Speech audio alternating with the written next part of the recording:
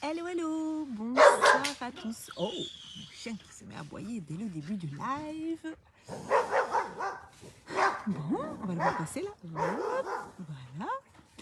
Alors, j'espère que vous allez bien. Ce soir, je fais mon live un petit peu plus tôt et peut-être que je ne devrais pas faire mon live un petit peu plus tôt parce que quand je fais mes lives à minuit, mon chien dort. Bon, alors, on va pas se laisser perturber par des aboiements. En plus, on revient de la balade, il va aller manger, donc je pense que ça devrait aller. Alors, de quoi j'ai envie de vous parler ce soir? Déjà, je viens donc faire mon live en plein jour. Ça change des lives à minuit, où tout le monde dort et où je suis obligée de chuchoter. Alors, ce soir, je voulais vous parler de construire des relations business, entre guillemets, de cœur. J'ai vraiment envie de vous parler de ça et j'ai vraiment envie de vous parler d'un changement, moi, que j'ai... il y a des chiens qui passent dans la rue, alors du coup, il va aboyer. Il va aboyer le long du grillage. Bon, de toute façon, je vais laisser le reste de la famille gérer ça. Moi, quand j'ai choisi de quitter le monde du salariat et quand j'ai choisi de quitter aussi le monde du fonctionnariat aussi, puisque j'étais professeur des écoles, donc fonctionnaire d'État. Je vivais, en tout cas les dernières années, je vivais des relations avec mes collègues, certains collègues, pas tous, hein, certains collègues, et puis la hiérarchie aussi, et puis aussi avec les collectivités territoriales, donc les maires, en l'occurrence, le maire de la commune où j'enseignais. Enfin, c'était 2 communes. Donc l'école était dans la commune à côté de la mienne. C'était l'école des 2 communes, donc avec les 2 maires. Enfin, bon. Donc beaucoup de relations conflictuelles. Et à un moment donné, je me suis rendu compte que moi, ça me convenait plus en fait. Ça me convenait plus de vivre ce genre de relations. Ça me convenait plus de travailler avec des gens avec qui j'étais pas du tout alignée, avec qui j'avais pas plaisir à travailler. Autant ça se passait bien avec les parents d'élèves et avec les élèves et puis avec certains collègues, mais avec beaucoup, j'avais plus envie de travailler avec eux. On n'était pas sur la même longueur d'onde, on n'avait pas les mêmes envies de travail, j'avais pas les mêmes envies que mon inspecteur, j'avais pas les mêmes envies que le maire de la commune. Bon. Donc à un moment donné, c'est devenu très compliqué pour moi de rester dans la joie et de rester motivée par mon travail. Et je disais à mon conjoint, enfin à un moment donné quand j'ai quitté donc ce monde-là et que je suis devenue entrepreneur, comment je pourrais vous dire ça? J'ai choisi d'avoir le luxe de choisir les personnes avec qui je voulais travailler. Et c'est vrai qu'à cette époque, on avait eu des conversations avec Pascal, mon conjoint, où il me disait oui, non, mais toi, tu veux plus travailler avec certaines personnes, tu veux travailler avec qui t'as envie, mais c'est pas forcément ça la vie, puis c'est pas forcément ça le monde du travail. Et ben, je lui dis, ben, moi maintenant, je vais choisir que si. Pour moi, ça va être ça le monde du travail. Et c'est vrai qu'on était tous les deux fonctionnaires, on était tous les deux salariés. Et je vous partage ça parce qu'on en a parlé récemment, puis on en a parlé avec mon amie Valérie Maillet qui est repartie ce matin chez elle, qui est sur la route là. Et donc c'est ça dont je voudrais vous parler aussi, construire des relations business de cœur. C'est qu'à un moment donné, oui, je me suis payé le luxe de ne plus travailler avec des gens qui m'apportaient pas ce que j'avais envie. Voilà. Et je suis pas du tout en train de, je suis pas en train de dire que j'étais meilleure qu'eux ou que j'avais plus de valeur qu'eux ou quoi que ce soit. Il n'y a pas de notion de valeur dans mon discours. Hello Frédéric, oui, pas de syntonie, pas de travail d'équipe. Je suis complètement d'accord. Le problème qu'il y a, c'est que pour qu'une équipe, et on en parlait aussi avec Valérie récemment, pour qu'une équipe aussi, elle fonctionne, pour qu'une équipe, elle, comme tu dis, hein, pour que ça soit sur la bonne fréquence, en fait, ça relève de beaucoup de paramètres. Beaucoup de paramètres de communication, beaucoup de paramètres de tolérance, beaucoup de paramètres de bienveillance, beaucoup de paramètres de professionnalisme aussi, moi je pense. Beaucoup de paramètres d'envie, de joie, et on n'est pas toujours tous sur cette même fréquence. Et moi, ça me pesait. Ça me pesait, mais on ne peut pas imposer aux autres notre façon de travailler. Et je me rappelle de la première école où j'ai été directrice d'école, puisque moi, juste pour faire un survol en 30 secondes pour ceux qui ne me connaissent pas, j'ai été professeure des écoles pendant 16 ans et j'ai été directrice d'école les 9 premières années. C'est-à-dire que j'ai tout de suite commencé par être directrice d'école, d'une école maternelle pendant 6 ans, et après directrice d'une école élémentaire pendant 3 ans, et après j'ai arrêté la direction d'école et j'ai continué donc 4 ans plus 2 ans. Voilà. Et moi, quand je suis arrivée dans ma première école où j'étais directrice, enfin voilà, c'était génial. Et puis moi, j'avais plein d'envie, j'avais plein d'idées. Et j'avais un collègue, alors non pas un collègue ancien, qui avait à peu près mon âge, à peu près la même ancienneté que moi, quelques années de plus. Et qui à un moment donné m'avait dit, mais tu sais, tu peux pas demander aux autres de travailler autant que toi, ou de travailler comme toi tu travailles. Et ça m'avait, c'est pas que ça m'avait choqué, mais je m'étais sentie, en fait, j'ai heurté un mur. En fait, j'ai heurté un mur déjà où je me suis dit, ah, ok, d'accord. Donc en fait, on n'a pas tous la même envie, on n'a pas tous le même envie d'investissement. Et moi, je pensais que tous les enseignants avaient très envie de s'investir et tout ça. Bon, je me suis heurtée à ça. Voilà. Après, chacun fait comme il veut, mais quand on est directeur d'école, le problème c'est que on est directeur d'école, on est un relais administratif entre la hiérarchie, les collègues, les parents, les collectivités territoriales, les mairies donc, mais on n'est pas le supérieur hiérarchique des autres enseignants. Et donc il y a quelque chose, une osmose qui doit se créer qui est très compliquée à faire parce que on n'est pas formé au management, on n'est pas formé aux ressources humaines, à la gestion d'équipe, et on doit gérer une équipe qui peut nous dire à n'importe quel moment, t'as rien à me dire. Voilà, t'as rien à me dire. Gère la merde et laisse-moi faire ce que j'ai à faire dans ma classe. Et ça peut être très compliqué du coup. Morgane, tu dis c'est pas évident d'être sur les mêmes fréquences, surtout quand on est sur un chemin d'évolution. Yes, exactement. Salut Morgane, je t'embrasse. Merci d'être là ce soir. Et je crois que je vais aller me déplacer pour être près d'un peu plus de lumière parce que la nuit tombe vite, je vais me rapprocher des lampadaires.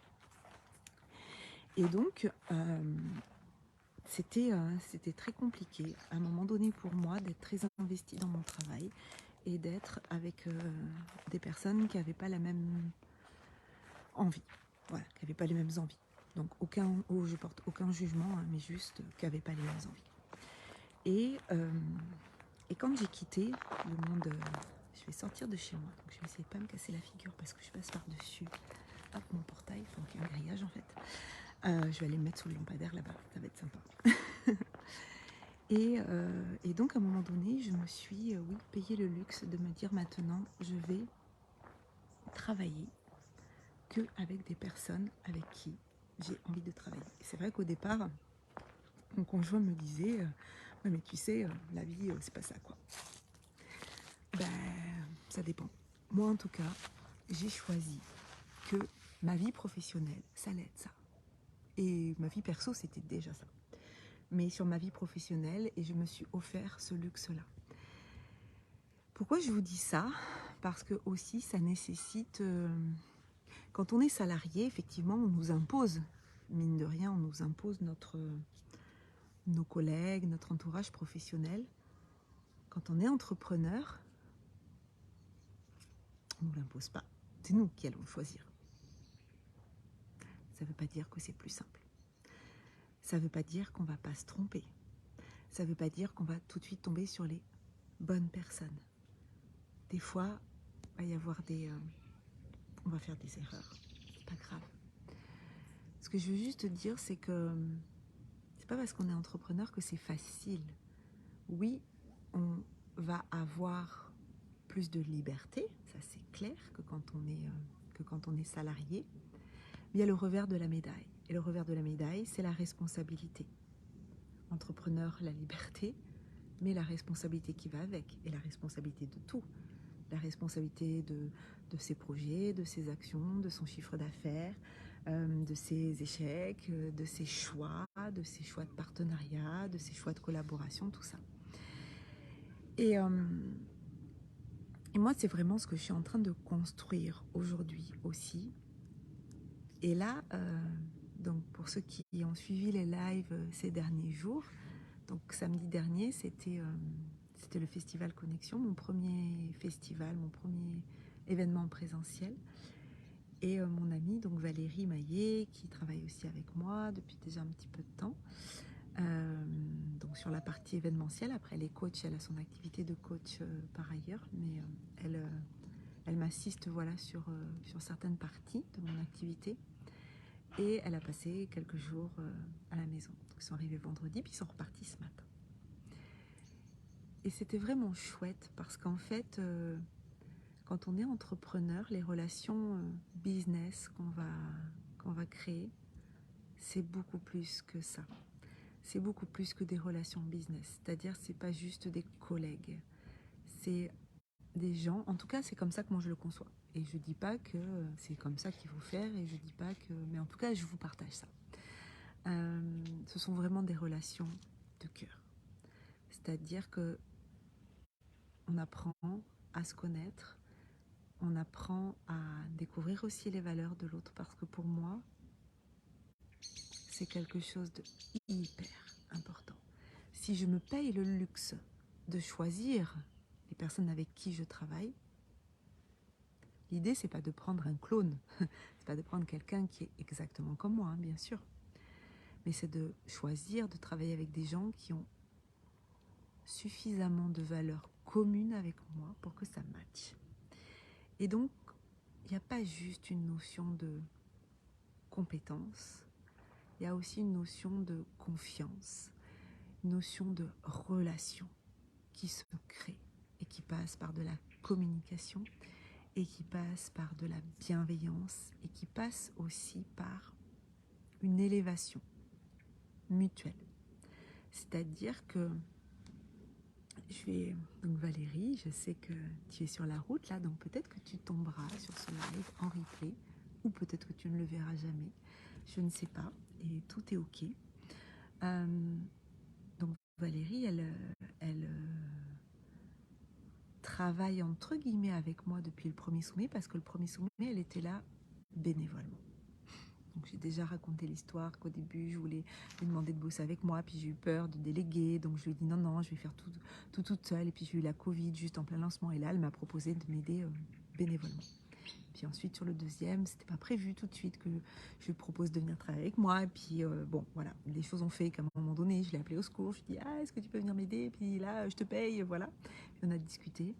Donc, Valérie, elle n'est pas assistante virtuelle, ce n'est pas son job. Elle est coach, donc certifiée à l'Institut de neurosciences appliquées. Elle est spécialiste de tout ce qui concerne la perte de sens, principalement au travail. Mais on se rend compte que quand il y a une perte de sens au travail, il y a aussi souvent une perte de sens dans la vie globalement. Et donc ça, c'est son activité. Mais quand elle travaille avec moi, elle m'assiste sur l'événementiel, elle peut m'assister sur les lives, elle peut m'aider à dupliquer des choses sur ma plateforme, sur mon site, tout ça. Ça, elle le fait parce qu'on est amis, mais du coup, elle fait ce travail de délégation pour moi. Mais moi, ce qui compte aussi, c'est que elle travaille pour moi, c'est ok. Donc, quand elle travaille pour moi et quand on fait des réunions pour moi, on ne parle pas de son activité de coach. Quand elle travaille pour moi et qu'on est en réunion pour moi, on parle de moi, de mon business, de ce qu'elle peut faire pour mon business, comment elle peut faire pour m'aider, comment elle peut faire ce que je lui demande de faire. Mais par ailleurs, à d'autres, donc c'est différencié, on se voit et avec une autre amie, ça a coupé. Voilà, le réseau est revenu. Donc on se voit avec une autre amie qui s'appelle Yannick Tricot et on fait des réunions business où là, c'est un espace de parole à toutes les trois où on échange et où je découvre ce qu'elle fait, où je lui donne mon feedback. Le n'est pas bon, alors je me déplace et je me suis rapprochée de la maison. On va voir si ça marche mieux. Donc on va se mettre ici. Et donc sur ces réunions, on est toutes les trois. Là, on parle chacune de notre business. Et là, je découvre en fait. Donc le débit n'est vraiment, pas le débit. Oui, ici le débit internet n'est vraiment pas bon. Donc on va voir ce que ça donne. Je vais essayer d'être concise. Donc quand on fait nos réunions, toutes les trois, là, moi, ce qui m'importe, c'est aussi de savoir en fait, Valérie, comment elle développe son activité, comment je peux l'aider. Et là, c'est autre chose, c'est-à-dire que c'est important pour moi de savoir comment elle développe son activité en dehors de ce qu'elle fait pour moi, pour la découvrir, pour découvrir plus son activité, pour la connaître. Coucou Morgane, je t'ai vu passer tout à l'heure. Et ça, c'est important en fait de savoir les gens qui font partie de nos équipes, les gens qui travaillent avec nous, enfin en tout cas, je vais parler pour moi, les gens qui travaillent avec moi, c'est important pour moi de savoir en fait ce qu'ils font, ce qu'ils développent, pour mieux les connaître, pour mieux connaître leurs valeurs. Et là, par exemple, donc Valérie, elle est arrivée vendredi, donc elle nous a aidé vendredi, samedi c'était le festival, et après donc on a passé dimanche, lundi, mardi et mercredi matin ensemble. Pas pour parler business, pas pour faire du business, pas pour déléguer des choses, pas pour... Bien sûr, à un moment donné, on a parlé aussi un peu de nos activités, mais surtout passer du temps ensemble avec son mari, avec mon conjoint, avec nos enfants, et se découvrir un petit peu plus, et passer du temps ensemble. Et ça, pour moi, c'est vraiment important. C'est-à-dire qu'aujourd'hui, comme je vous disais tout à l'heure, je me paye le luxe de choisir les gens avec qui je travaille. Ça veut dire construire des relations de cœur, des relations business de cœur. C'est-à-dire que la relation, elle va plus loin que le business. Il y a vraiment une connexion humaine, une connexion d'âme à âme, une connexion de valeur. C'est-à-dire qu'on a parlé aussi de beaucoup d'autres choses qui ne touchent pas à notre business et qui touchent bien d'autres choses qu'on peut vivre depuis un certain temps, dans la période dans laquelle on vit. Et pour moi, ça, c'est important. Ça, c'est vraiment important pour moi. Et je le savais, mais là, je le vois encore plus. C'est-à-dire que là, non seulement... Alors, il faut savoir qu'avec Valérie, au début, quand on a commencé à travailler ensemble, on ne s'était vu qu'en visio. Et puis, on se connaissait depuis fin 2018. Et on a commencé à travailler ensemble quand elle a commencé à m'aider pour le sommet, c'est-à-dire mars 2021. Mais on s'est rencontrés en vrai qu'en avril 2022, donc un an après. On avait déjà créé une belle relation. Le fait déjà de se voir à Paris au Live de la Z, ça a été vraiment top. On s'est vus. Et là, on a passé quasiment une semaine presque. Voilà, 5 jours ensemble. Ça n'a pas de prix en fait. Et moi, c'est vraiment ce que je veux aujourd'hui. Je veux pouvoir me payer ce luxe-là. C'est-à-dire que les personnes avec qui je travaille, les personnes qui travaillent avec moi, avec qui je veux pouvoir les apprécier et construire une relation multifacette, multidimensionnelle. Je ne sais pas si vous voyez ce que je veux dire, et je ne sais pas si c'est pareil, mais puisque dans cette médaille de l'entrepreneuriat, on a d'un côté la liberté et d'un côté la responsabilité, je crois que c'est important d'aller construire des relations de cœur durables, saines, sereines, de confiance.